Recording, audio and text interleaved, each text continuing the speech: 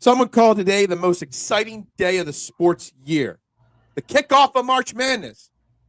We're going to talk about it, but we're also going to talk Phillies, Eagles, and who knows what else that comes up. Trending the AM, we're live in 30 seconds. Woo! Pop, pop, pop, pop, pop, julep. Pop, pop, pop, pop, pop, julep. Pop, pop, pop, pop, pop, julep. Pop, pop, pop, pop, pop, woo!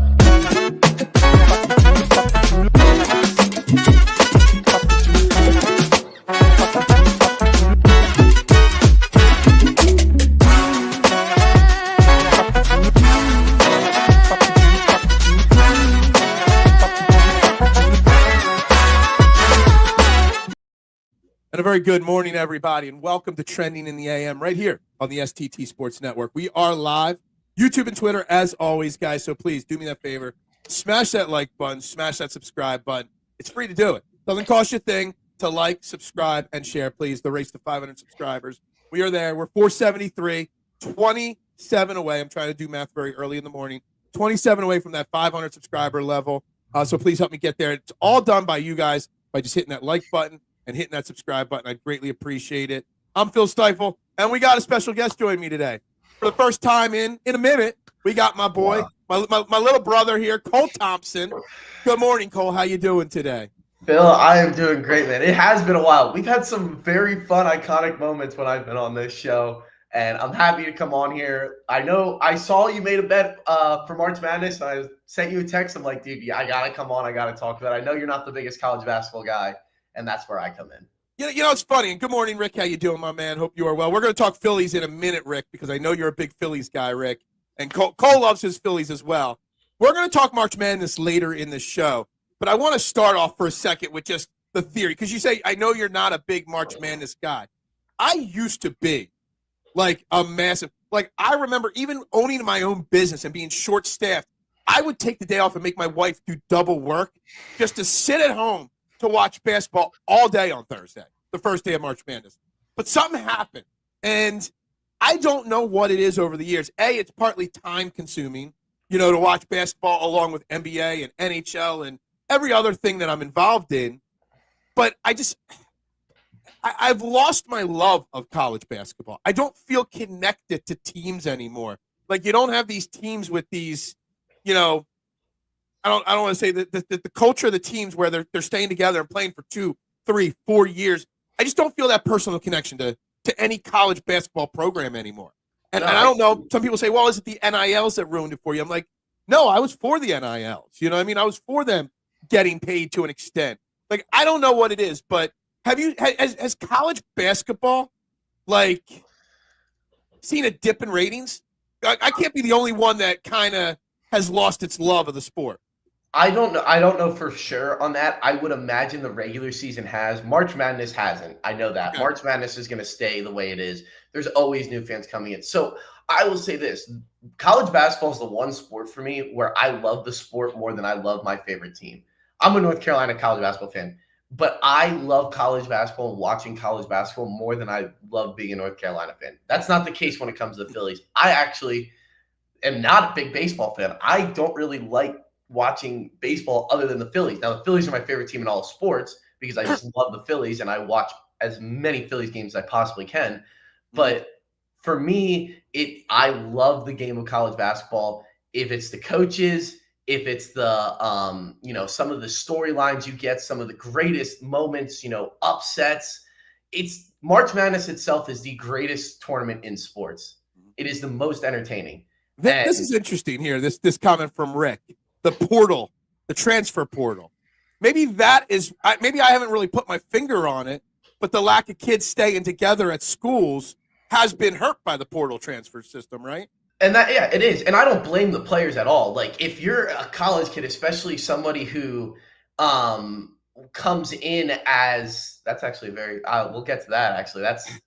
We're actually getting some March Madness comments, so we might just start with March Madness. We can just people want to talk March Madness. If we want to start off with that, but I think the portal definitely has. Do I blame the players? No. Do I blame the coaches? No. I blame it was a mixture of the timing of NIL and the NCAA fighting back for so long on NIL when it came to the Supreme Court that made it so they had to start making it so players could get paid, where the NCAA had no control of it. And they have to take a professional approach, and they have to do an outside commissioner to make these rules, to come to agreements. And, you heard it with college football. You heard Nick Saban's name getting thrown around. He doesn't want to, obviously. Right. But I like the idea of a commissioner. I think it will allow for NIL, but it will also help, control this so it's not as much of a free-for-all.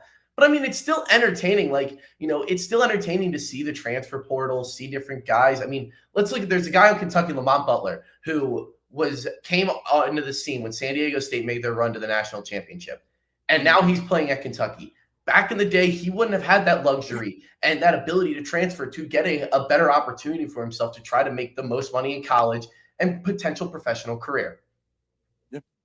K1, a bazootin hoot kind of morning to you as well. Cole does not understand that joke, but there's a golfer named Bazootin Hoot. His name's not actually Bazootin Hoot, but I accidentally pronounced it Bazootin Hoot once, like 3 years ago. So it's a Bazootin Hoot kind of a day. I'm assuming you're asking how old is this kid? Well, he is my son, so a little kid. Cole's old enough. Okay, we'll just see. I did check it. UNC getting in was a joke. No, and I'm going to be honest with you, Phil. As a North Carolina fan, I did not think they should have been in. I 100% do not think I assumed they didn't get in from what I've been reading on Twitter. I didn't even realize it. It's the same argument that I make with people when it comes to Bama versus making the playoff. On paper, yes, North Carolina probably has a more talented roster than Indiana did or West Virginia, but they did not earn it. Does that mean I don't think they can't go on a run? No, they absolutely can. But do I think they should have been in? Absolutely not. Oh, upset alert. All right. I was going to say, I actually like the second half more. The most underrated player or prospect in the tournament. Okay.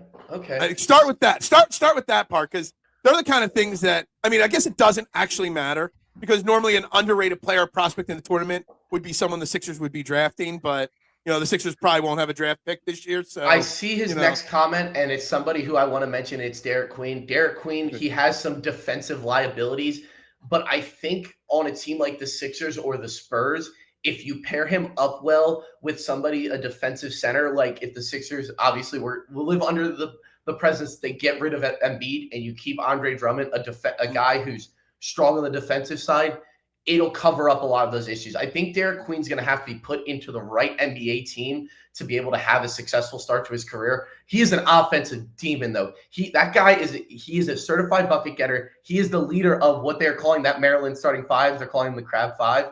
But overall, I think Derek Queen is a player you got to watch out for. He's going to be pivotal to Memphis's run. Lamont Butler's another one on Kentucky, somebody that I talked about a little bit, who I think is going to have a very impactful tournament.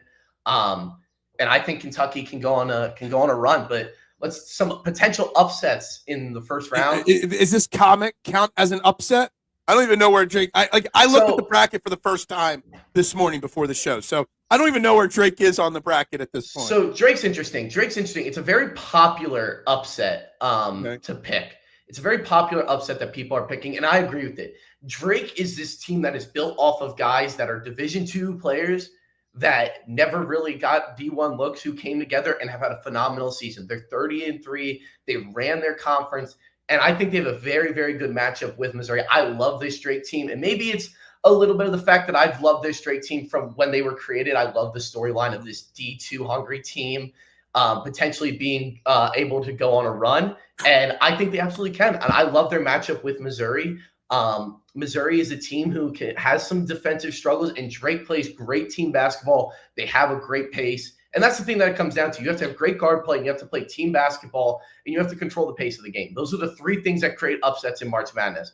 And for a team like Drake who can control the pace, I think that they have a great opportunity to go on a run this March Madness. And I have them winning as one of my upsets in the first round. I would say, so they play Missouri, then they would face the winner of Texas Tech, UNC, Wilmington. Yeah. So I guess in theory they have a chance to, be in that 11th seed. That's when March Madness, I kind of feel like too many people look at the seeding for the upsets. Everybody's trying to pick the next 3 upset or the next 4 upset. They don't look for the matchups versus the seeding. Everyone always says, well, X amount of 3 seeds lose every so often or whatnot. instead of looking for a Drake team that matches up well against Missouri to make a run. Yeah, and I mean that's the thing. And I see, and listen, I don't fall into that trap as much, but there is this thing of when sometimes it's better to not know a ton about college basketball, and it helps with your bracket. I've seen that time and time again. My best brackets come from the years when I don't watch as much college basketball. So my bracket might end up in the trash quickly. But I mean, Drake is a team that I feel very comfortable. They're one of the upsets that I just couldn't talk myself out of. I mean, I've switched my bracket, Phil, probably 80 million times over the last 4 How many days. brackets do you fill out? Oh, you get one bracket. You get one bracket. I like it.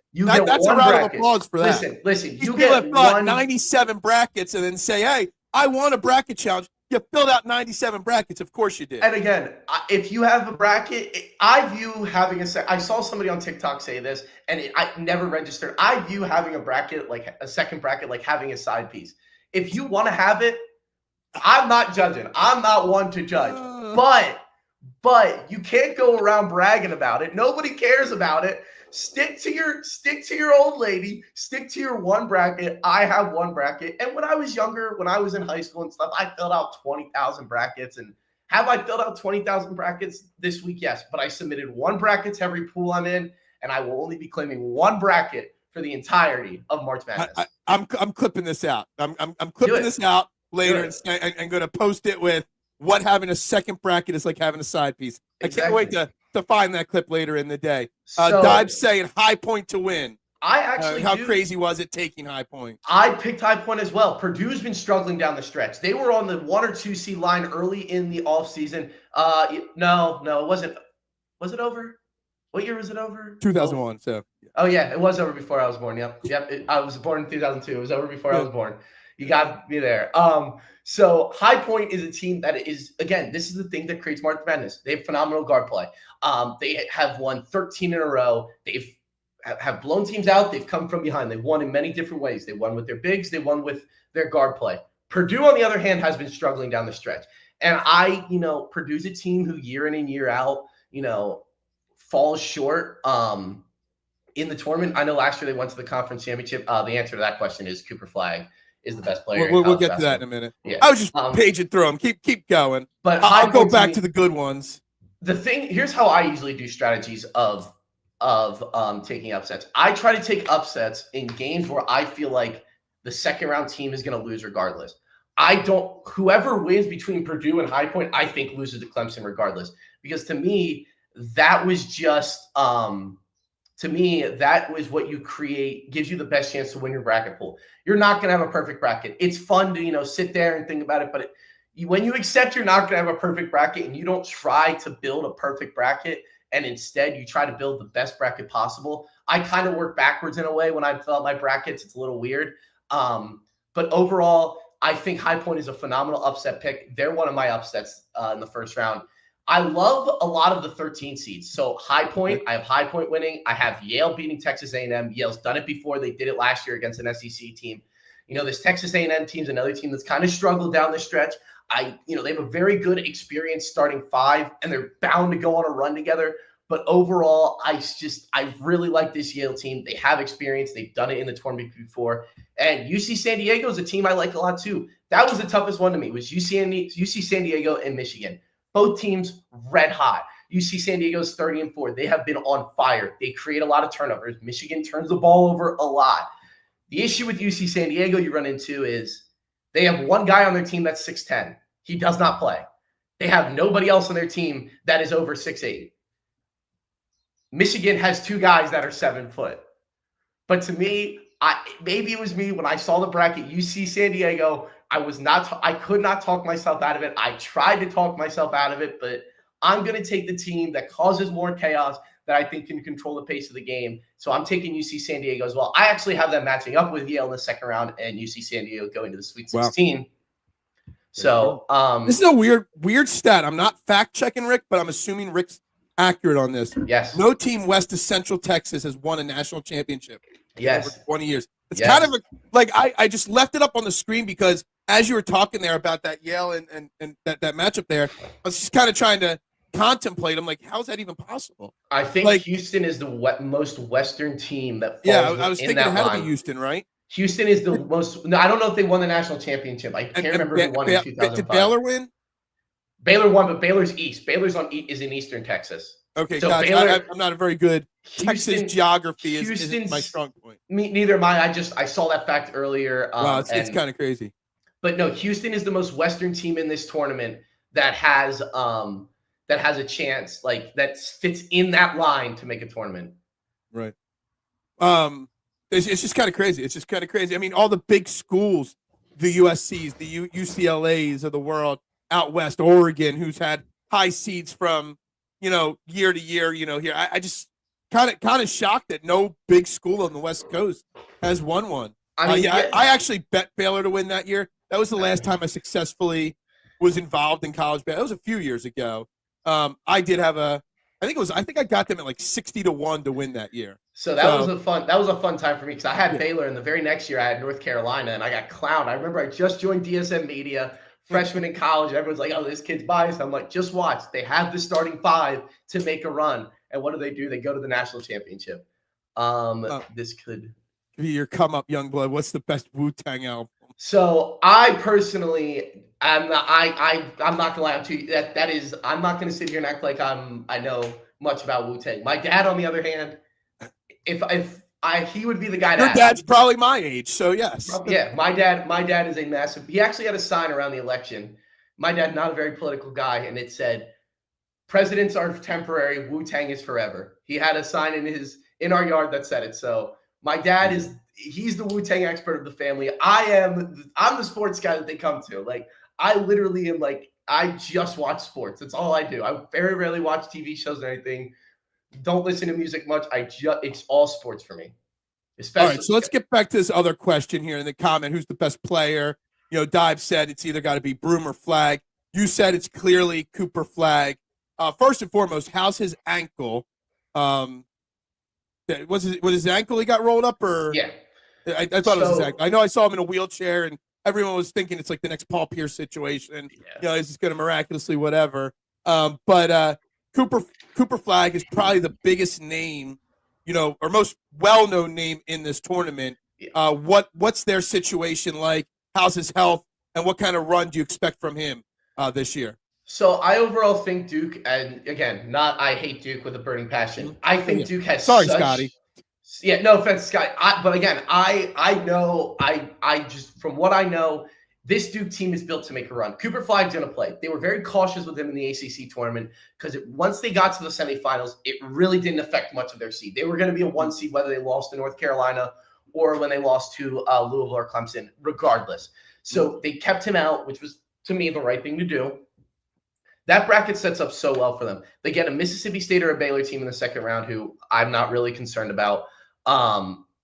They get Oregon, Liberty, Akron, or Arizona. There's a chance they get a 12 or a 13 there. I have Akron beating Arizona. I love this Akron team. I love the way they play.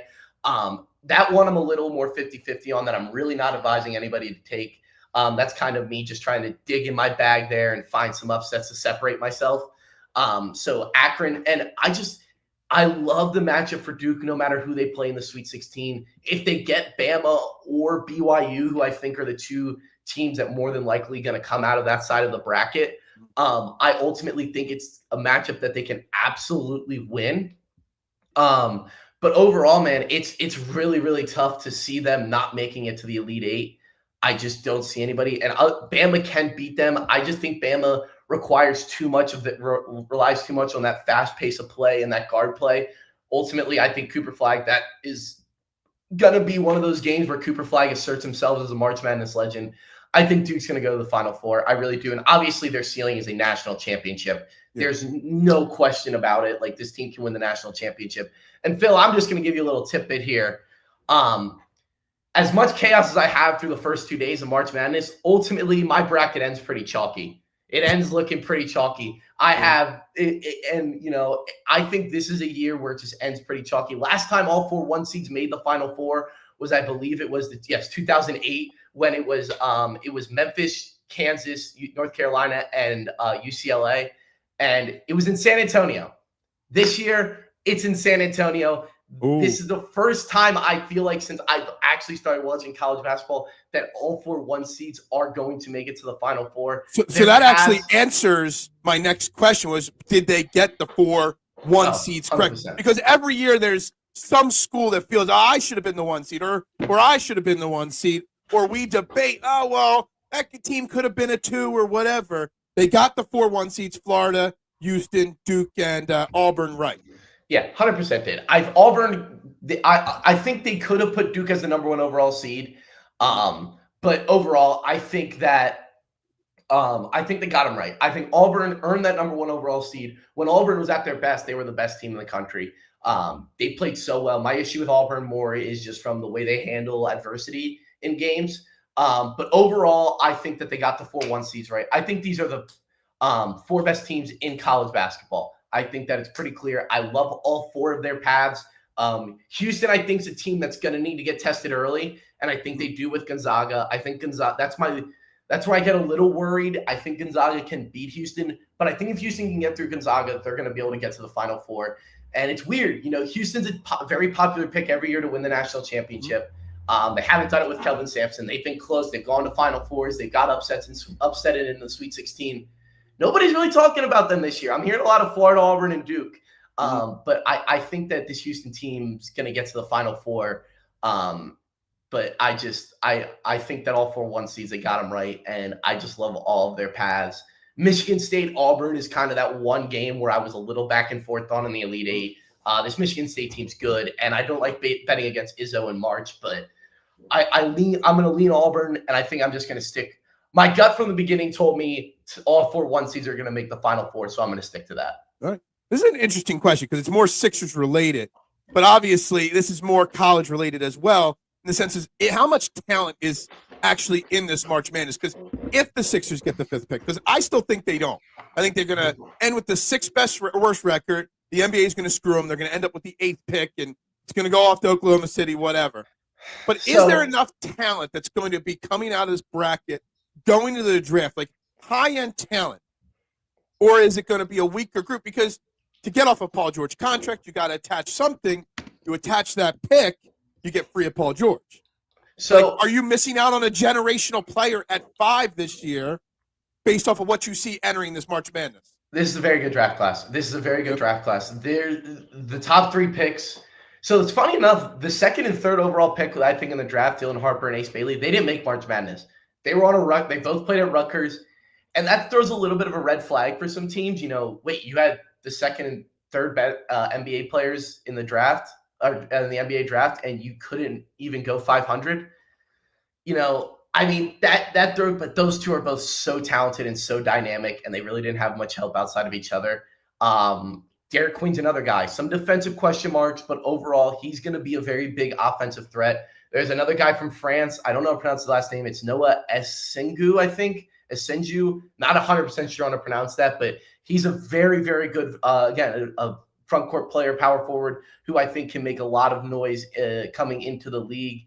There's some other guys who, I think can make an impact, but I think if the Sixers get a top 5 pick, I think they can absolutely get a very solid player to put alongside Tyrese Maxey and Jared McCain for years to come. If you get Derek Queen, so you would, there's enough talent that would be there at 5 that you wouldn't move that pick to get off of either. The question was Paul George. I'll throw Joel Embiid in there too. To get off one of those disaster contracts, there's enough talent there at 5 that you wouldn't risk it. Yeah, I think that so first off, I think they can get off of the Embiid contract without giving up the pick. Yeah. The Paul George one, it depends on if you're trying to get something or not. If you're just trying to get the contract off the books, some team out there is just going to be willing to take the cap on. I think it's actually easier to trade Paul George than Joel Embiid personally. I think it is because you're not gonna be shopping deals. It's going to be with Paul George. It's going to be somebody take him. Like, we don't have to do much, but somebody take him. But overall, I think that it's going to be easier. Why the doggone French? Why are there so many French? Basically, he's saying France brings out a lot of great basketball players. I just overall think, I think it's just we've seen the French game, it's grown so much. They brought out Tony Parker. I think the NBA game has evolved to make it easier for European players to transition seamlessly into the NBA. Yeah. Does that make sense the way I said that? The way the games are played overseas, it's catching up to the way it is in the NBA. It's not as much of a unicorn thing like we saw with Dirk Nowitzki. Like, you're not seeing Darko Milicic's as much. I mean, there still is from time to time, but what you're overall seeing is the pipeline from Europe is grown so much, and basketball has grown so much worldwide. I mean, basketball's not like football. It's a worldwide sport. Like, you're not getting it's a worldwide game. And we saw it in the Olympics. Team USA actually had to roll out a very, very good team to be able to compete with the teams over in like Canada, and France had a very good team, and Serbia. But overall, I think that we've just seen such a growth in the talent level overseas and the way the game's played that when they're starting in the NBA, they're more well-adjusted to be in the NBA. Why are we shouting out TLC? What's going on with TLC? I believe because he's French. Because he's French. That's all. We're just shouting him out because he's French. Timothy Luwawu Cabaret. I forget. I don't know if it's Cabaret, but you pronounce that as better than I would. So exactly. All right, back to the bracket real quick. Obviously, I made a note on Twitter that I've watched no basketball this year, college basketball wise. Honestly, I think part of my problem this year with college basketball is because how bad the Sixers are. Like, I just shut off basketball. Like, I'm not even watching the Lakers or any the like, I'm not watching big marquee matchups on Christmas Day. I didn't watch any basketball, and that's a big deal to me. But I made one bet because of my man Jason, co-host of Fairway to Heaven. He's a Michigan State alum. They're a number 2 seat in the bottom left bracket there. I bet them 33-1. I threw a $5 on it. Just, why not have some juice in it? And I'm sure whenever they play today or tomorrow, I'll be watching because I got money on the line for that reason. Talk about Michigan State and talk about my bet. Whether A, do they have any sort of a chance, and B, because when you're betting college basketball in the March Madness bracket, you're looking for value. You can't just bet Duke, whatever their odds are. You got to look for some value in betting. And I think a Tom Izzo-led team in March Madness in a 2 seat, which is a prime spot, is a very good value bet to make. Yeah, so, I mean, the thing with their matchup is they are facing one of the better 15 seeds. This is a very solid Bryant team. So, in a world, I would say them or St. John's are probably the most likely 2 seeds to get upset in the first round. Do I think that's going to happen? No. This defense and this transition offense that Michigan State has is one of the best in the country. This team is poised to go on a big run. And honestly, they lost a very tight game in the conference tournament. I believe it was the semifinals to Wisconsin. But overall, this was the best team in the Big Ten all year to me. Michigan State was by far the best team in the Big Ten. And, I overall do think that this team can go on a run. And I don't like betting against Izzo and March. So it's hard to bet against them per se, because Tom Izzo is just such a good coach and has put this team in such a good spot to go on a run this year that ultimately I'm not going to bet against them. I think, again, they have some tough matchups. They have to face a very good defense, a tournament experienced team with a very good guard in Cam Jones and Marquette in the second round. Hopefully I like the matchup with them against New Mexico better. I think they're going to actually have to face North Carolina in the second round, but ultimately I think they're a better coached team, a much more well-rounded team than North Carolina. So I think they're going to go to the Elite Eight, and they match up with Auburn. And Auburn's a team, if you watch Auburn, my biggest issue with Auburn is, and this is a big thing in college basketball, body language is a lot. This Auburn team, when they go down in games, you can see their body language. They get depleted. There's not an overly amount of fight in this team. So that's what scares me about Auburn. But Auburn's so good where they could just dominate and run Michigan State out of the building. Overall, though, I think Michigan State is going to make the Elite Eight. I think they're so well coached. They're an old team. They have the defense. They have the transition offense. Transition offense is a big thing because winning in March is created by chaos, and having that chaos to be able to create and run that transition offense well is what's, I think, going to be able to push Michigan State into the Elite Eight. I also think that Tom Izzo is getting towards the end of his career. I don't see him coaching much more at this point. What's he, like 74, 75 years old? Yeah, he's now? Probably got like 4 or 5 years left. Yeah, so it would be great for someone like him to get that championship be able to. I mean, he's already considered one of the greatest of all time. yeah. But getting that championship at this point in his career would just solidify him as one of the all-time greats, and maybe even help convince him just like ride off into the sunset. Yeah, I we don't talk know about chaos. yet, Defense wins in March Madness. Team play wins in March Madness. Tom Izzo preaches all that stuff, and that's kind of why I don't think I've ever filled out a bracket in my life where I haven't had Michigan State in the Sweet 16 at least, just because of I don't have to name one player on the team. All I have to know is Tom Izzo still the coach. Just put Michigan State in the Sweet 16 wherever they are. And Phil, that's the hard part about this bracket is you often see a team like Michigan State. Kansas is there, but it's a very, very down Kansas team. You often see a Duke, a Michigan State, a North Carolina on that 6-7 line that can cause that chaos and get to the Elite Eight, can make that run to the Sweet 16 or potentially the Final Four. Michigan State got to Elite Eight 2 years ago as a 7 seed. I ultimately think that this Michigan State team is going to get back to the Elite Eight. This is one of the better Michigan State team that they've had over. Michigan State made the Final Four as a 7 seed in 2015 when they lost to Duke. I won't lie. As soon as I see them in the Elite Eight, I'll be cashing my bet out. I'm sure they'll all. It's 33-1 a fiver. So what's that? It's a $170 cash out. I bet you if they offer me $30 or $40 by the Elite Eight, I'm just taking it. And running. And I'm a big believer, and this is to promote gambling. If you want a link, I'll send it to you guys. Fanatics Sportsbook. I've been using them for my gambling lately. They offer the most amazing cash out options. Like I've always used DraftKings, and they are crappy cash out options. Like the cash out options on Fanatics Sportsbook are great. I would if DraftKings is offering you 20 on a cash out, Fanatics is offering you 30, 35 on a cash out every time. It's always higher. So if anyone wants to try a new sportsbook, hit me up. I'll send you a link. You'll get some free bets. I'll get some free bets out of it. Let me know, guys. I appreciate it.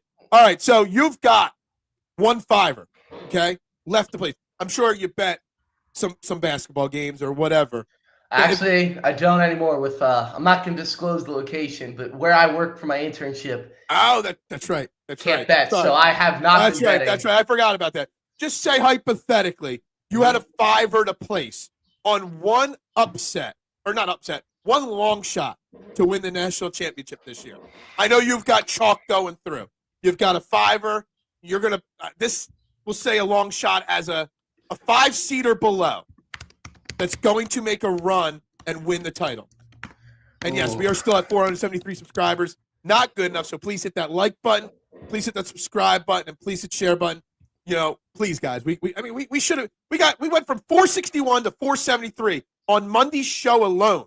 And we've been sitting at 473 since Monday morning. What is up with that? I did not cash out Rory. I got the full dollar amount on Rory's win, okay? I didn't cash that out. I had full confidence. They offered me, going into that playoff, they offered me 70% of my money on Rory McIlroy, K1, and I let it ride. I knew Rory was winning that playoff on Monday morning, just so you know. Phil, it's going to be weird once I talk about who I have winning the national championship and everything to hear this. But a team that I think can, if they get the matchups to go their way, this Clemson team is good. They made the Elite Eight last year. They won 18 games in the conference. So the only team in the ACC that beat Duke. They made it's tough. I don't like. They would have to beat Houston. They would have to beat Houston. They have a tough matchup against McNeese State. I don't like the draw for a lot of these teams. That's the issue. But strictly off of talent alone, strictly off the way they play and when they're at their best, if I had to pick one, it would be, I'm going to be honest with you, it would be Clemson. And Clemson could lose today. They could lose them in McNeese today. Like, they realistically could. And I wouldn't be, stunned by it. But that's the great part about March Madness. That's what makes this so great is there's two universes running at the same time. Clemson goes to the Final Four, especially if Gonzaga gets that upset against Houston. I think Clemson is going to be my favorite to win that region then. Wow. But that would probably be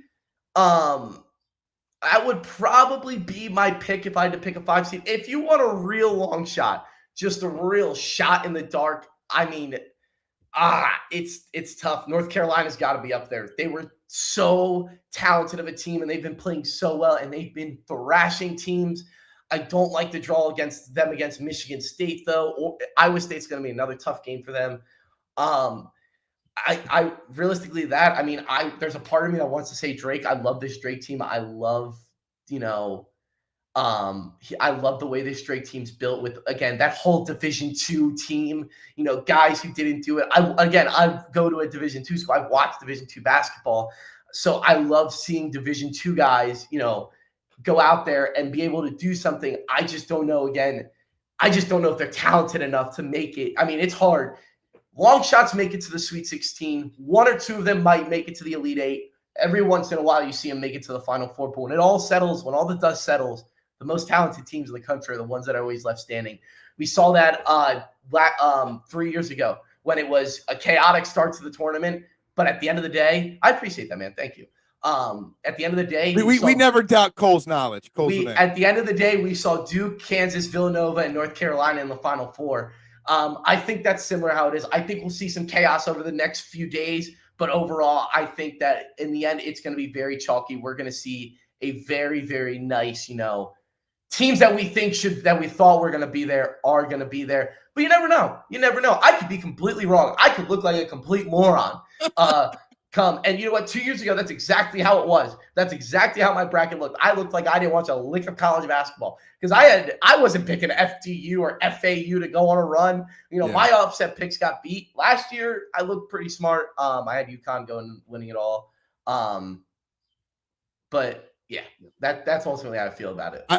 Peanut, I don't even remember when I said this, and I can't believe anybody didn't clip this out on me already. So, Peanut, if you got 5 minutes later today, remember where it was, clip it out, send it to me. I'll give you full credit for it. And guys, make sure you are subscribing to Peanut's YouTube channel, Pixelated History. Click on his profile picture there, or go into the comment section. Help him and his son get their YouTube page up and running. This might have also been why that I watched so little college basketball, because of the Eagles Super Bowl run. Because we were so hyped, like we didn't take time throughout the year to watch anything else or talk anything else at all. He's done. I will say, I won't lie to you, Phil. I had to make time. I had to be sitting there, and I had to prioritize time of watching college basketball during the week and rewatching as much of the weekend games as I can because of the Eagles run. But in the end, it definitely, I watched a lot. I missed more NBA because that's what I was willing to sacrifice, because outside the Sixers and LeBron, I could care less this year, just because the Eagles were going on a run and everything. But right. I had to, it was very tough. It was very tough at times. A lot of late nights trying to, accumulate knowledge and what's going on and everything. And I did a lot of, research after the Eagles to kind of catch up on that. So this definitely isn't my most, invested season. I definitely have had more invested seasons. Last year, one of them. And you know what? It's funny. I just talked about 2 years ago when I had an awful bracket. That was the Eagles were in the Super Bowl. So that might end up repeating itself here today. There you go. We'll see. I don't know about this comment from Dives, but what I do know is him mentioning Temple. I also think my lack of college basketball excitement is because the Big Five is just so bad right now. Villanova's terrible. St. Joe's hasn't been good for a minute. Temple's not good. Even LaSalle or Drexel. Nobody locally is stealing our attention. And it makes it so much easier to watch the sport in general when one of your colleges locally are successful. Yeah, and I guess that's something I get lucky on because I am a Philly sports fan. Philly is I'll answer that then. The closest major city to me. But again, I'm not from I'm not a Philly guy. I'm not from the Philadelphia area. I'm not from the greater Philadelphia area. So it's always been easier for me to get into college sports because I live in a very, Penn State football heavy area and everything. I live very close to State College, or per se close to State College. So I do cheer. So college sports are a little more in my nature. Philly's a very professional, sports driven city. That's just how most of the Northeast is. Northern is when it comes to it's professional sports over college sports. But I do think that has a lot to do with it. I mean, when Nova's good, people are invested in the Philadelphia area. When Temple was good back in the day, even when Temple makes the tournament, people are more invested. Even in my area, when Penn State goes on their runs in basketball, people are more invested. But overall, I think that definitely has a lot to do with it. Is Philadelphia is kind of a dead spot for college basketball right now. LaSalle and St. Joe and Drexel just aren't great. Temple's been struggling. The best thing Temple's done over the last 5-10 years is they beat that Houston team when they were number 1 in the country. That was pretty sick. But overall, I think that has a lot to do with it is the struggles with Philadelphia basketball. I think Villanova will get it together at some point. Yeah. I just don't think Kyle Neptune. It was a tough job following Jay Wright. Yeah. So. Listen, it's one of those things, and my grandfather always said to me when we talk about Tom McCarthy following Harry Kalas. I know where you're going to go with this. I've had this conversation too. And Kate Scott, similar with Mark Zumoff. Obviously, Mark Zumoff was not It's going to happen whenever Merrill Reese decides to hang it up. Yeah, it's going to be a tough job. And I give credit to Tom McCarthy. He's been able to handle it, and he's turned out to be pretty solid. But overall, it's sometimes when you're following a legend, it's a no-win situation. Yep. And I think that was the case with Kyle Neptune. You have to have great success. And Hubert Davis was able to do that and get North Carolina the national championship in his first year. John Shire has put together some great teams at Duke, made the Elite Eight last year.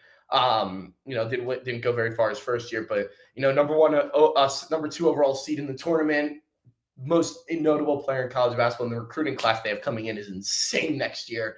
So I think it's a very tough job to have. Sometimes following a legend, Tom McCarthy experienced that. It was able to work out for him.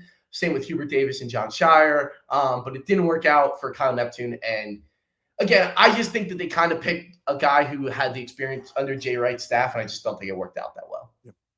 Dave keeps talking about the palestra and what it was like. Everyone talks about how when the Phillies are red hot, the Phillies rule this city. The same thing happens when one of these Big 5 schools, because I remember my freshman year at Drexel University was when Malik Rose took Drexel to their first ever March Madness tournament. Yeah. And Drexel was, the stadium at Drexel was packed every night for every home game, but they played a couple games, big arenas. And they were selling out 12, 13. I don't remember if that year was the Wells Fargo Center was open yet. I think the Wells Fargo Center was open. It was 98 or whatever.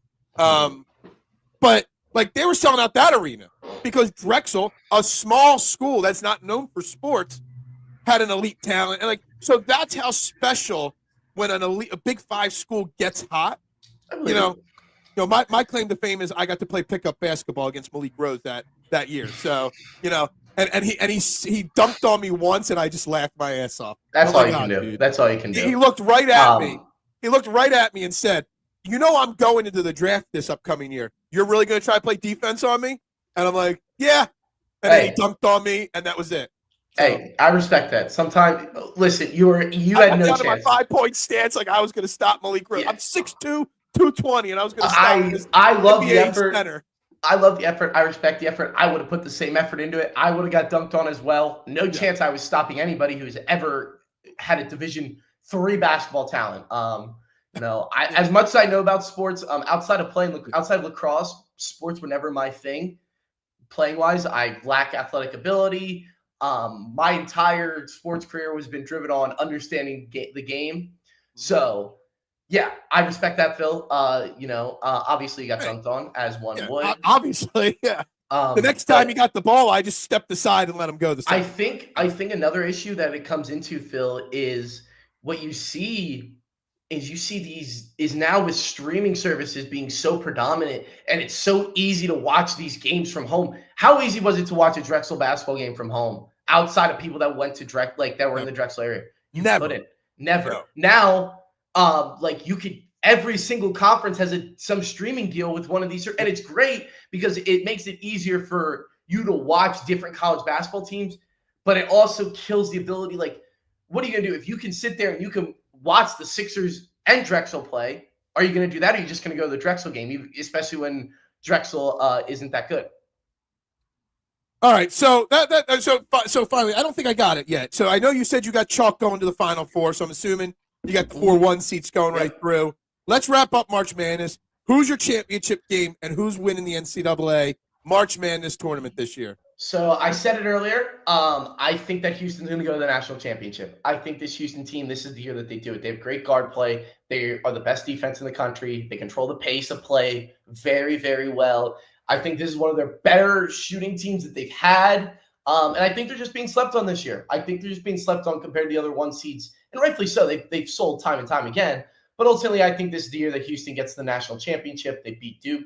And I think in the SEC battle, and I said it, Phil, I just don't see Auburn making it. I think there's just something wrong with this team, and this Florida team has been so good over the last 2 months.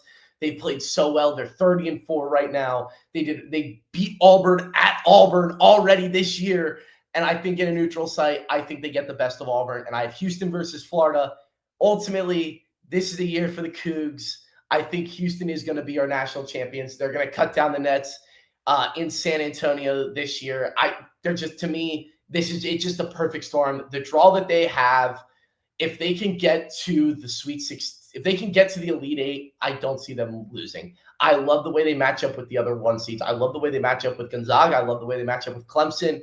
And that's why I said it was weird that I said Clemson was my 5 or under seed, because I really think if whoever comes out between Clemson or Houston, I think that they very well can win the national championship. I don't know if Clemson will per se. That would just be my favorite 5 seed to win it. But ultimately, I think Houston wins the national championship over Florida this year. Yeah, that's a little bit before all of our times. Even I don't remember. I mean, I know what you're talking about, but I wasn't watching basketball at 2 years old, college basketball. So yeah, you know. I was about 14 years from longer than that. I was about 18 years from being conceived at that point. So a long time away. All right, guys. Again, you're watching Trend in the AM right here on the STT Sports Network. We got my man Cole Thompson here. Find him on all social media platforms. I know you're on Twitter at Cole_Tomp. Is that on TikTok and Instagram? Yeah. That's on all of my. I neutralize him. Guy knows what he's talking about. I try. Young hot shot right here in the media and sports world. This guy's gonna be hosting SportsCenter one day. I hope, man. Just don't forget about the little people. I absolutely won't, Phil. I absolutely will never forget about Phil. I don't even really do, just with my school schedule, my internship, playing college club lacrosse. I don't have time with the podcasting things, and I refuse to put out low quality content. So it's fun to come on here and talk it up, especially with. We got to make sure we do this more than once every year, though. That's the key thing. I was talking with some people. They want me to put together a Phillies Saturday tailgate for Trending in the AM sometime this year. So I'm thinking of putting together, everybody comes to a Phillies game. We live stream before the game. I'll get some of the DSM crew to come on out as well. Absolutely. We'll have a whole big shebang this summer with the old DSM crew, the Trending in the AM following, and we'll have a good old time from the Phillies ballpark. Hey, I'm going to be in the job hunt after graduating college, so I'll have some weekends on my hands early in the summer. So all right. So let's transition. But guys, again, please hit the like button, subscribe button, the share button. We're going to move on to football and baseball now for the rest of the show. SportsCenter won't be around in a couple of years. That might be true. I don't think SportsCenter will ever go anywhere. It'll keep evolving, but I don't think SportsCenter will ever go anywhere. Yeah, it'll end up. I might end up being something like this, like a podcast style stream look. But I do think. I think SportsCenter is just such a staple where it won't. But the concept of SportsCenter, the TV talk show, is definitely fading away. Absolutely. Yeah, absolutely. So I want to talk a little football because yesterday, not much happened Eagles related. Fred Johnson signed a 1-year deal with the Jaguars. Backup defensive lineman leaving. Is it a big deal? Not really. Is it a little deal? Yeah, you got to find depth there. But the official announcement of all the proposed new rule changes and the teams that proposed them was released yesterday. And obviously the headliner of it was the Packers are the team that were proposed to ban the Tush Push, claiming player safety and pace of play, which the NFL already released information that not one player was injured on the Tush Push, but whatever. The Lions proposed 2 rule changes. 1, removing the automatic first down on the 5-yard defensive holding penalty and the 5-yard illegal contact penalty. So if first down, if it was 2nd and 10, you don't get an automatic first down in those 5-yard calls. And the Lions proposed a rule to reseed come playoff time.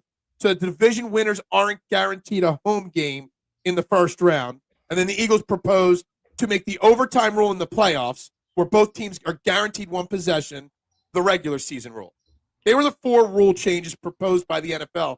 And I think, obviously, the main story to us Eagles fans is the Tush Push because, it's becoming nauseating having to talk about why teams want to ban something just because they can't run it or stop it themselves.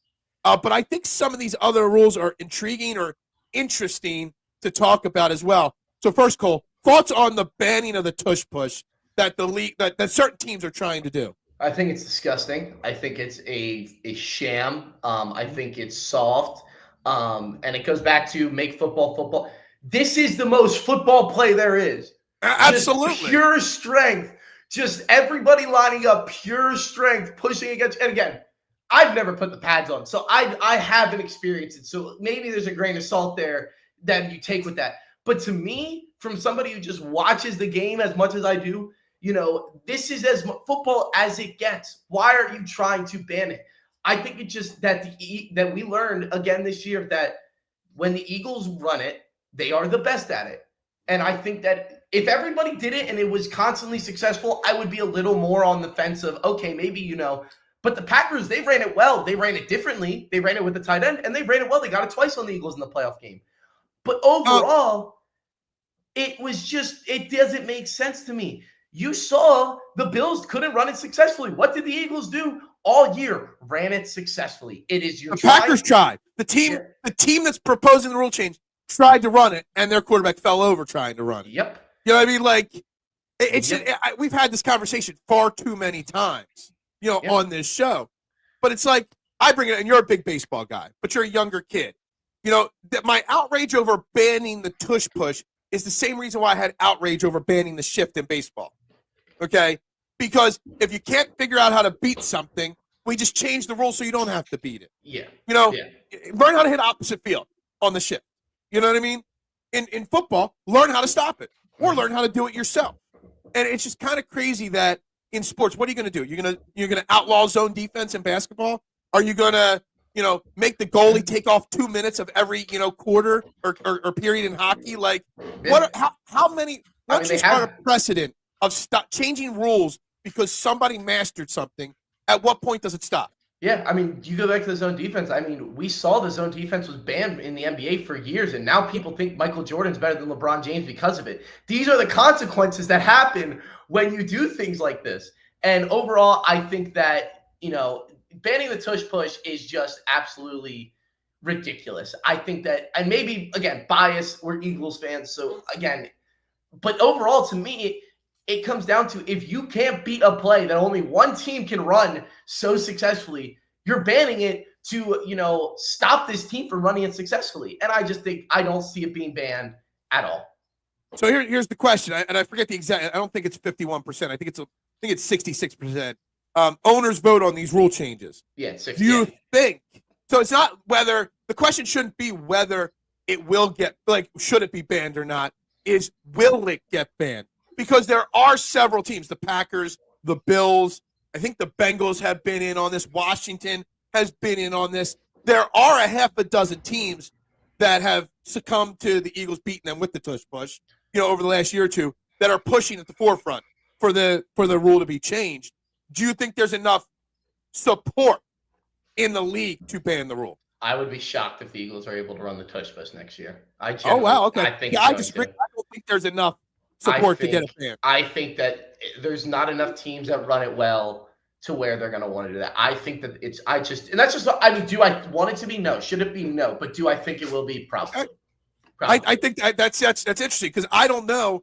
Like, I kind of feel like that if it got banned, it would just be another flag for the Eagles to bear that they would brag and boast about when they go and win their second Super Bowl in a row next year. You know what I mean? Yeah. And the league doesn't want the Eagles to win Super Bowls. The Eagles want the league wants the Eagles to fail always, in my opinion.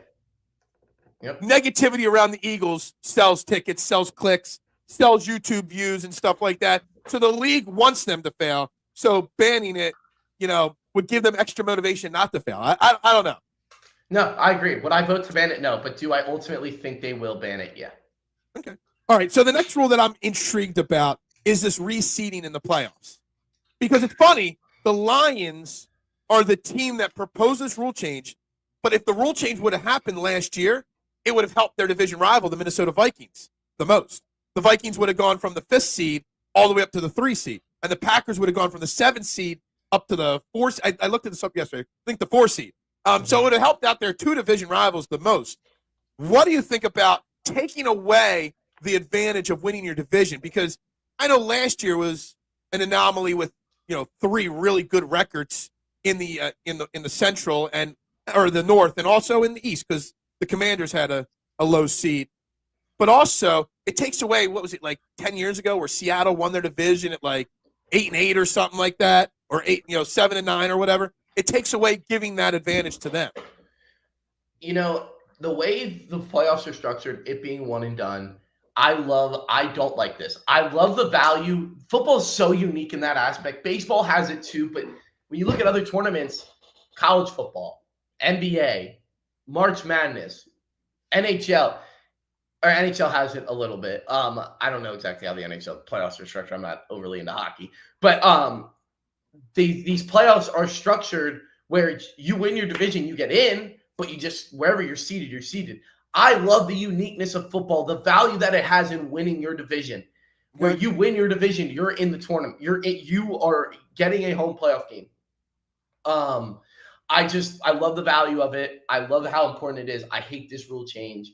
None of these rule changes are official. They're not official yet. They're proposed. How about this? Like, how about if you win your division, you get the wild card round home game, and then when we get to the divisional round, then they reseed. It's like the Vikings are the 7th seed but have 12 wins. They win their road playoff game against a division rival, but then they get a home game the next week against the 4th seed or whatever it is. I mean, but more than likely, I'm just trying to hypothetical out there. It really only affects the first round, because more than likely the 1 or the 2 are going to end up hosting regardless. So I ultimately think that they should just leave it the way it is. I love the way it is. I didn't even like going to 7. I like the 6. So did I. I think the 7 was a problem, big time. I thought that was pretty stupid. You've seen there's been one 7 seed that has won. The entire time they've had it. In 5 years now, and I think they're 1-9 or 1-7 over the last 4 years. But I like leaving it the way it is. Leave it the way it is. Let the division winners get that advantage. There should be value in winning your division. I just find it weird that Detroit was the team that proposed this, considering it would help their rivals. Are they proposing this because they realize their division is so tough and that they might win 13 games this year and not win their division because of the Packers, maybe the Vikings, depending on what their quarterback situation? Like, maybe they're proposing this because they see that they might get the same screwed situation that the Vikings got this past year. Yeah, that could be why they did it. I don't think this one's going to get changed, though. I don't think it gets through either. No, I don't think either. It does. I kind of like the proposed first down rules being removed on defensive holding. Love it. I love that one. You get a sack on first down, that the offense is 2nd and 18, 2nd and 19, and you just accidentally tug on the jersey, on the 2-yard line or 2 yards off the line of scrimmage, and all of a sudden they get an automatic first down. It kind of, I don't know. I thought that was something it's one of those dumb rules in sports. It's the only 5-yard penalty in football that results in an automatic first down. Yep. If you're not able to get the first down yards off the penalty, it should I think all flags. If you're in 3rd and 20 and you get a 15-yard face mask, it should be 3rd and 5. Yeah. I think the only one you can get automatic first downs on are pass interferences, because that makes sense, because you really ultimately it drastically changed the way the play. I mean, I guess face masks can too, but still, I think that. But ultimately, a 5-yard penalty being an automatic first down is insane. It's insane. I think that if I was going to make a rule change in the NFL, it would be they're doing so much with replay assistance and stuff like that. It would be the face mask and roughing the passer. They would be instantly reviewed upstairs, and we'd go back on the face mask, the 5-yard and the 15-yard, a severe one. Sometimes you just accidentally clip the corner. It doesn't do anything, the guy's, vision or anything like that. It should go back to being a 5-yard, but you can review that like that. You know what I mean? Like instant review on that. And same thing with the quarterback. I think, far too many, they protect the quarterback, and rightfully so, but it's not hard to review that. You know what I mean? In real time and not delay the game. I get what you mean. Just the disaster that was pass interference review. I don't want that. I do like it more for face mask, because face mask is a little more, he either pulled it or he didn't. Roughing the passer, that would be a disaster. That would be a disaster. You would see just people would be flipping out every single time they reviewed it because it's just so. There are awful roughing the passer calls. Don't get me wrong, but there are plenty. The majority of them that are so like up for debate. And I get it. You got to protect the quarterbacks, especially when they get hit from the back. Like you have to protect them, but at the same time, you can't review roughing the passer. I would be okay with face mask, but roughing the passer. Well, I mean, I guess it would go towards when they tried to have the rule for 1 year. It was like 5-6 years ago, where you could challenge pass interference. Yeah, and it was a train wreck. I think they overturned a single solitary one of them ever. They overturned, I think, like 1 or 2, but it was a train wreck every single time. It was a train wreck. The rest didn't want to overturn any of them. So yeah, it was a disaster. Just put a cap on it per play. Like it's only allowed to. Oh, you're talking about the tush push. I didn't even hear you. Supposedly, you said LeBron was greater than Michael. I did. And the chat has been freaking out about that for like 30 comments now. I know. So I said that. I've heard you say it so many times that I just kind of ignore it, and it just goes right over my head. Phil, you know, if like when it comes to that debate, I come loaded loaded up, and I'm ready for war, and I love poking fun at it. I will be honest. I genuinely believe that LeBron James is the greatest basketball player of all time. Do I understand why people say Michael Jordan? Absolutely. I don't. It's a funny argument to me. Like it's fun. Okay, his next comment is insane. That one's insane. The Kobe over LeBron is insane. But I knew it was going to get people riled up and get them going in the comments. And I said it, and it made it way better that you didn't even say anything about it, and we just let them just rant about it. But overall, I'm getting trolled a little bit in the comments. I got to, throw my little troll back, even though I 100% am not like kidding. I do. LeBron James is the greatest basketball player of all time. I've had this discussion. I think we've done this conversation 2 or 3 times. Yeah, on live broadcast before. But so. you know how I am, Phil. I know, and again, that's probably why I didn't even hear you say it because whispers Kobe is greater than LeBron. That's the one I was talking about. Insane. I can't get behind that. I got Kobe as my number 3 guy. Dives. I got MJ, LeBron 2, Kobe 3. So, yeah. At least, yeah. Anyway, I didn't know we were going to turn this into. No, I don't want to go on that rant. Yeah. I know you have stuff listed for your show, but I thought it'd be funny. We go where the people want. If the people want to bash you for this, didn't get punished by the D-line twice for gambling on it. Exactly. He's too young to understand Jordan's greatness and effect on the game. Or you could look at it from the standpoint of, I'm not blinded by like the fact that I grew up a Jordan fan, which is understandable. Like if I grew up in the Jordan era, there's a very good chance that that's how I would feel. But I grew up with LeBron, and as much of the 90s and the late 80s that I watched of Jordan, YouTube actually does have a lot of full NBA games on it from back in the day. I will tell you this: your age excuse is not a good enough excuse because if you ask my 9-year-old nephew Connor who the greatest NBA player of all time is, he would not say LeBron. He would say MJ. Well, Connor, and then he would say, he would also say Kobe is number 2 over LeBron as well. And he's got like 14 LeBron jerseys, but he would know that MJ's better than him. I will say this, Connor, and from what we've talked about, he is quite the basketball player. Maybe his basketball knowledge isn't up there yet because LeBron James is the greatest basketball player of all time. It's just LeBron James is the greatest basketball player of all time. All right. Anyway, back to football, back to baseball. Because who cares about basketball at this point other than March Madness? Because we're not watching any basketball anywhere around here right now. Anyway, before we get to Phillies, so I want to talk Phillies. I know you love the Phillies. We are today's Thursday, right? Shit. Mm-hmm. So a week from today is opening day, and we're jamming packing the show next week. Dylan will be on Thursday next week from DSM Media to do a full Phillies season preview with me. Trying to get Ryan Rothstein from 97.3 ESPN on next week as well to talk Phillies.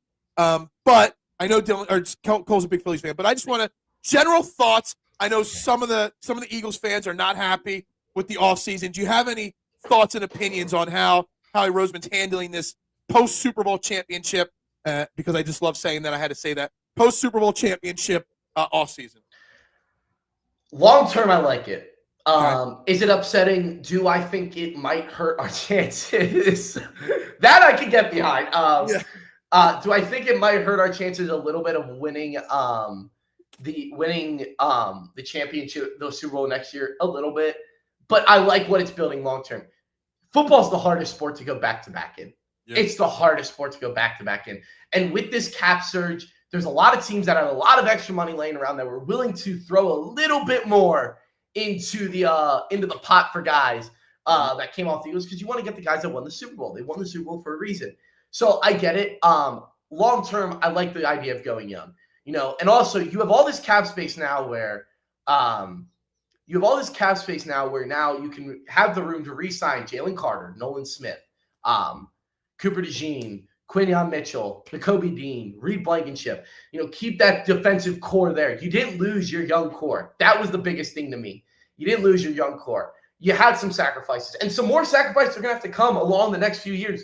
A.J. Brown's a guy who's probably going to have to go a little bit earlier than we would like, because we're going to need that money and we're going to want to stay young. So I like the idea of building through the draft. He's done this. He's done this before. The Eagles are going to be great next year regardless. They have their vital pieces, and they're just going to continue to add a young core to it. And we're going to see fluctuation here over the roster. But that's what championship teams do so well. I mean, look at the Brady teams.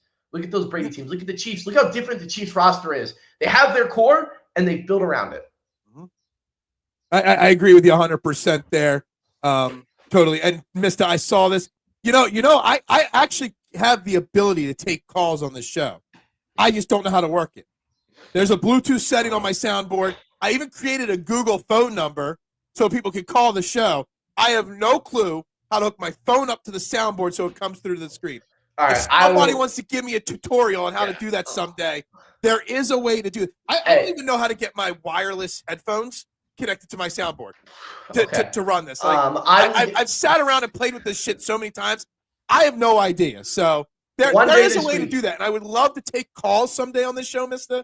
I just need somebody smarter than me to figure that one out. Well, thankfully you have a guy who's going to school for this stuff. So at some point, Phil, I will give you the crash course on how to connect all that. It shouldn't be There's this Bluetooth button that flashes on my thing over here, and I don't know how to connect anything to it. So anyway, back to the topics here. So to transition from football to baseball, because I want to get I have a venting process I want to start with, and then Cole can react to. But if you guys missed it, so Cole don't really remember one of my favorite quarterbacks of all time of the Eagles. He made the news yesterday, and that was Rodney MVP. I call him MVP, Rodney Pete. He was the quarterback of the Eagles, their first playoff victory in my lifetime against the Lions in '95 with Ray Rhodes as the coach. But he interfered. The Dodgers are playing their games overseas, and he was sitting along the left field foul line, and he reached out. And I think Max Muncy was the left fielder for the Dodgers. He reached out and stole the ball from Max Muncy on a foul ball. So Rodney Pete back in the news, more famous for his wife, Holly Robinson, than his actual football playing. But anyway, Phillies yesterday. Two big things came out from the Phillies yesterday. One, Ranger Suarez back issue. Might not be ready for the start of the season. Part two, Taijuan Walker got demolished in a preseason game again. Why in the holy hell do we still have Taijuan Walker on this roster? If you really cared about the Phillies, and if you really cared about spending stupid money, John Middleton would just bite the bullet, pay him his money, and tell him to go away because he's wasting a roster spot. Now Taijuan Walker is going to make this roster for the Philadelphia Phillies. And if Ranger Suarez's back is bad again, and he missed 2-3 weeks last year with the back issue, we might actually have to witness Taijuan Walker starting a baseball game for the Phillies again. And I just can't stomach it. And this is exactly why this Phillies team is doomed, because they kept the entire roster together again. And Taijuan Walker is one of the big problems right there. And it just needs to go away. And I'm so frustrated when I see highlights of Walker in spring training games getting lit up because he shouldn't even be here. Cole. Yeah, I mean, I really don't have much to say about Taijuan Walker because I don't know what else to say. We've said it all. He sucks. He is a good baseball player in the grand scheme of life. Is he better than every single person that doesn't play baseball? Yes, but as a professional baseball pitcher, he is not good anymore. Mm-hmm. He just isn't. It's unfortunate. I don't have anything really against Taijuan Walker, but he just is not getting the job done. He needs to go. I don't know if it's because Painter or the other young pitchers aren't going to be ready to be on the roster right away. Why are we just doing that? Do I think by the end of the year he's wearing a Phillies jersey? No. But overall, like you said, Phil, is it going to be a fun year, a fun regular season, fun weeknights at the bank? Yeah, Phillies are going to win, 80 to 90 games again this year, maybe 90 plus. Appreciate that, Rick. Thank you. Sure, absolutely. But come playoff time, they're going to get matched up with the Mets, the Braves, and the Dodgers, and they're going to lose because they just they're not going to be good enough. The bats are going to get cold, and this lineup, and when it's hot, is the best lineup in baseball. When it's cold, it is as cold as anybody can get. And at some point during the playoffs, it could be the World Series, it could be the first round. The lineup's going to go cold, and things are going to go south. Rick's a big baseball guy in the chat there, and he thinks the Phillies are going to win the World Series. He's saying that nobody expected the Eagles to make a Super Bowl run this year. So, and he's the 23 to 24, story going from 23 to 24 for the Eagles is what he sees 24 to 25 with the Phillies this year. But I just say it's the same old, same old. This team is built for a 162-game regular season. They are not built for a best-of-7 series, and they haven't been. And they needed to make a drastic change just to shake it up, to shake the vibes up, to shake the culture up, and they didn't do it. So here's the thing: are the Phillies good enough to win the World Series? I think so, but I don't think their bats can stay hot enough for a long enough period of time for that 3-week span to win the World Series. Because it's not like the regular season. You go on a 2-3 game skid in the regular season, you're fine. Like, it's whatever. You go on a 2-3-4 game skid in the playoffs, that's it. You're sitting at home watching it with us. So ultimately, that's what the Phillies run into. It's happened every single year, and it's happened a little bit earlier. Am I going to be overly stunned that the Phillies win the World Series? No. But do I ultimately think that there's also a good chance that this team, gets bounced in the first round again? Absolutely. This comment from Deebs here. I don't care if they win 50 games in 3 months. I don't think there's a single thing the Phillies can do in the regular season that will make me sit here and say, what Rick's saying, win the World Series in 2025. The regular season with the Phillies, you say 80 to 90, and I think the Phillies win 95 games this year. Yeah. I do. Man. And it's going to be fun. It doesn't mean anything. Am I going to enjoy it? Am I going to enjoy watching the Phillies in the regular season? I'm going to have fun with it. It's baseball. That's what makes baseball unique is the regular season. You can just have fun watching it because there's not the every game, night in, night out. It's not this overly intense matchup. And is it going to have great memories? Yeah. But are they ultimately, do I think they're going to be able to win the World Series? I just don't think they're going to be able to stay hot enough. It's very hard to fathom them, magically, because they're the same team. You throw Max Kepler in there. I know they added Luzardo, and that's a great underrated signing for the pitching staff. The starting rotation, even if Ranger Suarez is hurt, is loaded. You know what I mean? Yeah. And eventually, at some point, we're going to get that added boost of Andrew Painter, and that excitement is going to send electricity through Citizens Bank Park.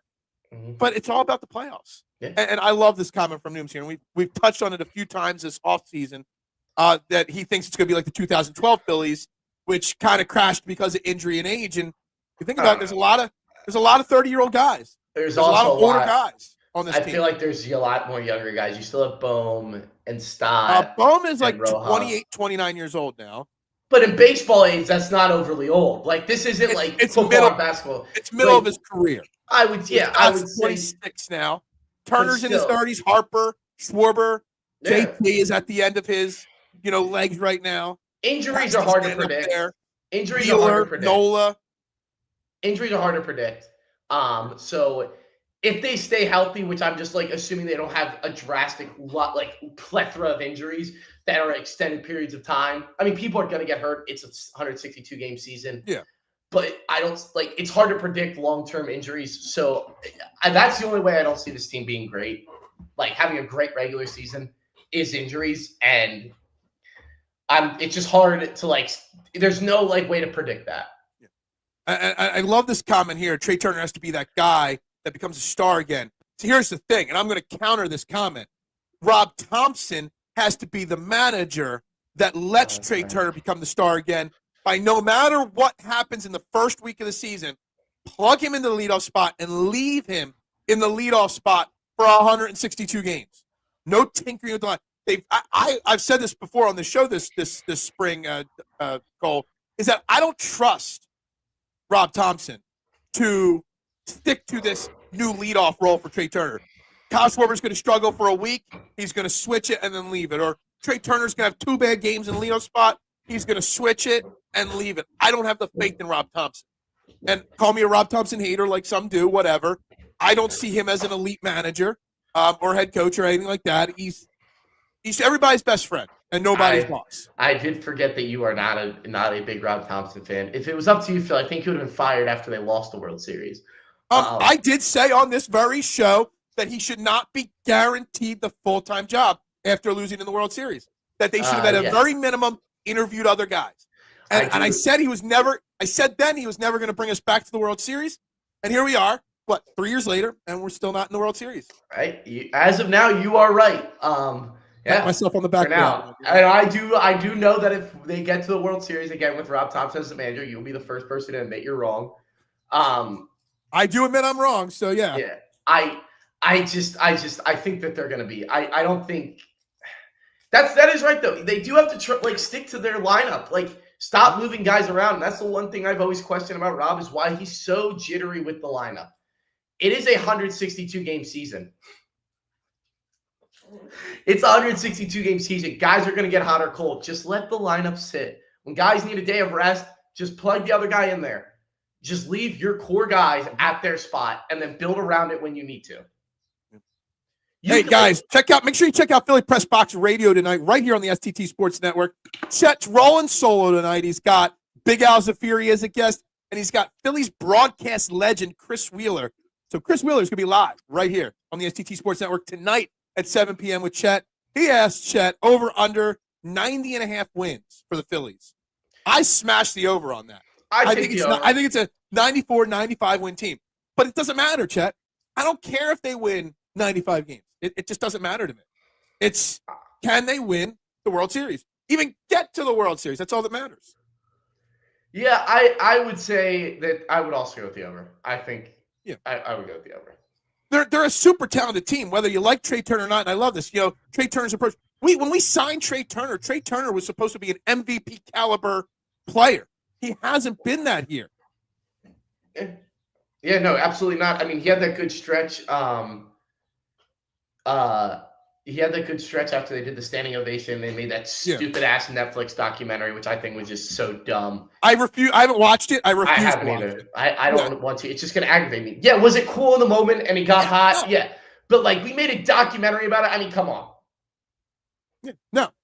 Partied at Alpha Phi, the House of Trexel 99, partying and jamming out to Prince.